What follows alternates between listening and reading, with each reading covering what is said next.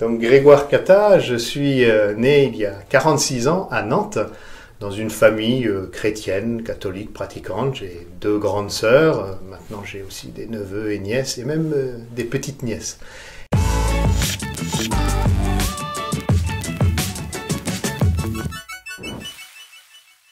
Alors j'ai été baptisé étant tout petit bébé et j'ai grandi dans la foi que m'ont transmise mes parents, mais à l'adolescence, bien petit à petit, cette foi est devenue davantage mienne.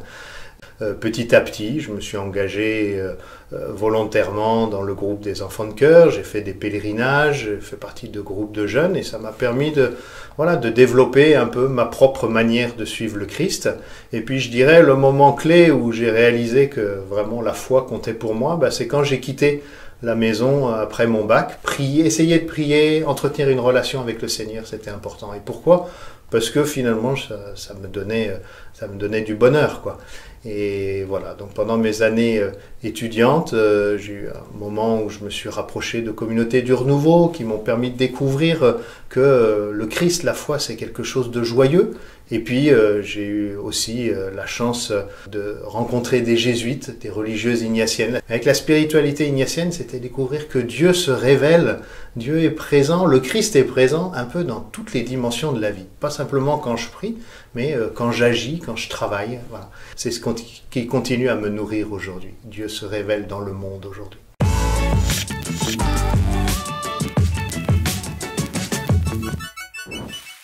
Mais finalement, ce que j'ai découvert pendant ces années d'études, c'est une forme de libération de ce côté-là. Découvrir, probablement avec la spiritualité ignatienne, qu'on peut suivre le Christ de plein de manières différentes, dans plein d'états de vie, en travaillant, en ayant une vie professionnelle, en ayant une vie familiale. Et peut-être que cette découverte-là, c'est ça qui m'a libéré et qui m'a permis, lorsque j'ai fait une retraite de choix de vie, à la fin de mes études, de réentendre le Seigneur qui m'appelait finalement à lui consacrer toute ma vie, ou en tout cas à le service comme prêtre. J'ai approfondi ma relation au Christ avec des gens qui se réclamaient de la spiritualité ignatienne, qui suivaient Ignace de Loyola. Moi aussi j'ai envie de faire la même chose. Et c'est comme ça que, pour avoir fait une retraite un peu importante d'exercice spirituel pendant 8 jours, je suis parti 2 ans en coopération. Tout ça c'est un petit peu incarné, approfondi, et en 2001 je suis rentré au noviciat.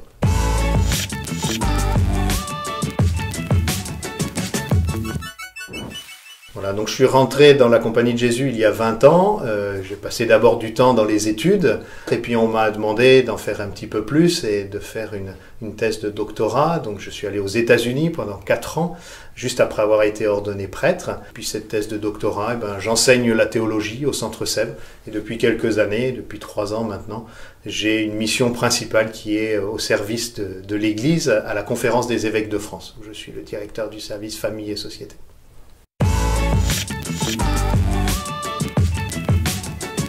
Lorsque j'étais jeune prêtre, j'étais en études aux États-Unis, à Boston, et j'étais le dimanche dans une paroisse assez populaire où il y avait des gens d'origine latino-américaine et puis des gens afro-américains. Et je garde très présent dans ma tête cette image de femmes latino-américaines qui venaient avant la messe le dimanche et qui se tenaient en prière devant la statue de la Vierge et devant le tabernacle. Ça m'a marqué parce que je me suis dit, moi je fais des études de théologie, moi je suis jésuite, je suis censé prier, je fais les exercices spirituels chaque année, je suis censé être fort en théologie, et pourtant, en fait, je suis rien du tout devant ces femmes qui prient le Seigneur. Ce sont ces femmes-là qui me disent ce que c'est que de prier le Seigneur. Probablement ces femmes-là qui me disent aussi ce que c'est que d'être prêtre aujourd'hui.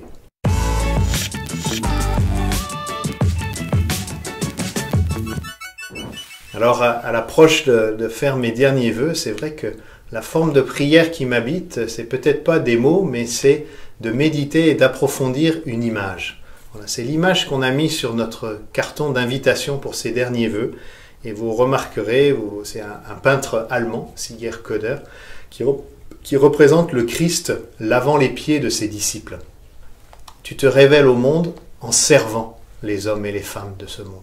Et ça, je crois que c'est une révélation très forte de qui est Dieu. Et je dirais, c'est aussi ce Christ-là que, en faisant mes vœux, je cherche à suivre. Ce Christ qui se révèle en servant les hommes et les femmes de ce temps.